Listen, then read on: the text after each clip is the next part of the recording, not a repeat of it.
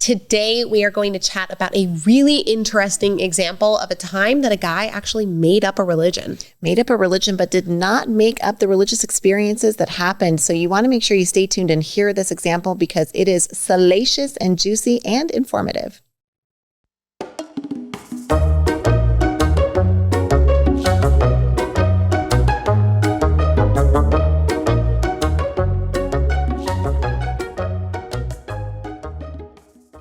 We've had some really cool access to some really cool people, and we want to share it with you. We have an amazing interview series of some of the interviews we've done with celebrities like Dr. Deborah Tillman, America's Super Nanny, Dr. Joseph McClendon III, famous neuropsychologist, former professor of UCLA. We've got Dr. Bruce Lipton, author of Beyond Belief, and we even have John Maxwell, the #1 leadership expert. Your sisters want to bring you into the room with our most exclusive access. So go to kandshy.com. Right there on the homepage, you will see a button that says Get My Celebrity Interview Series, and we would love to share our access with you. KAYANDSHI.com. We'll see you over there.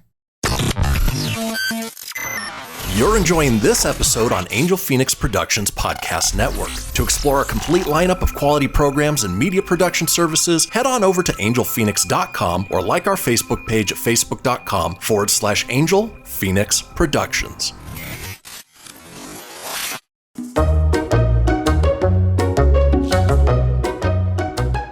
Okay, today we're talking about a 2011 documentary made by an Indian-American filmmaker. His name is Vikram Gandhi, and the documentary is called Kumare, and he went out to answer the question, could people find the same piece from a made-up religion that they found from a real one?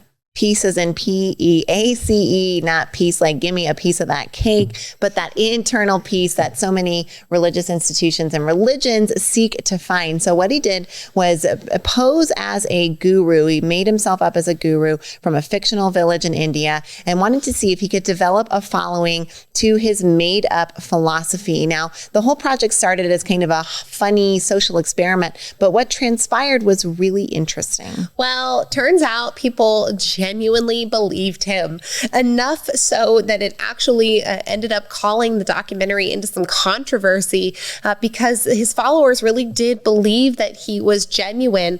And it was very interesting how folks actually started to follow his principles, but then they saw some positive changes in their life as a result of this made-up religion. That's what I think is so funny, right? Is because of that belief and their dedication to following the doctrine and the belief resulted in positive changes for them, resulted in transformed spiritual fulfillment and happiness. So there was real results, real spiritual growth, even though the leader and the guys behind it was all a ruse. So I think there's a lot that we can take from this. You know, we talked about in Monday's episode a little bit of the history of religion, how we really saw early humans being very much focused on how do we answer the very strange world that we're around. And then we see this big rise of violence and giant wars. And now morality starts to come into the religious question. But one of the things that religion can bring forward for us is that structure of action. And if you've been with us long enough to know, you know that action is the cure to a lot of things, to overwhelm, to fear, to maybe to stagnation. Action can cure a lot of the difficult things that you're facing. And when you start to bring religious doctrine into any kind of spiritual setting, you give people actions that they can take forward so that they can start building momentum, measuring their progress, and feel like they are accomplishing something in the realm of spirituality, which has some real positive effects for people along the way. Right.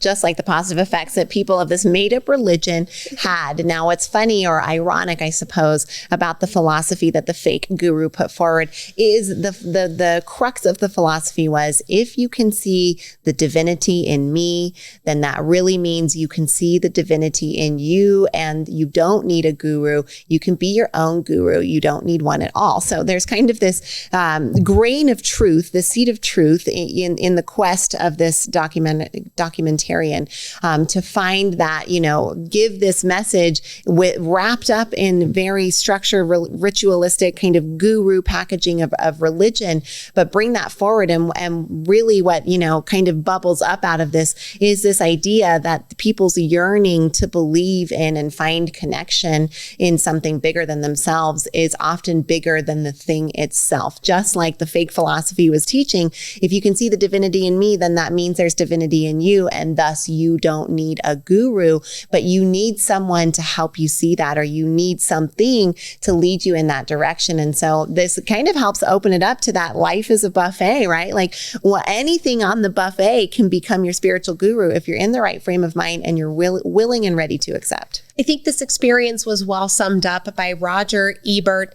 In his review of the film, he said, the film's implication seems to be, it doesn't matter if a religion's teachings are true. What matters is if you think they are.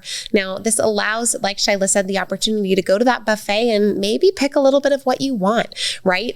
Finding gurus, finding teachers of all different types that speak to you spiritually, and then following that, because at the end of the day, it's what you believe inside that dictates how you express on the outside. So while we wouldn't recommend joining the Kumare religion, we would recommend going to the buffet of life and finding whatever spirituality and faith practice works for you.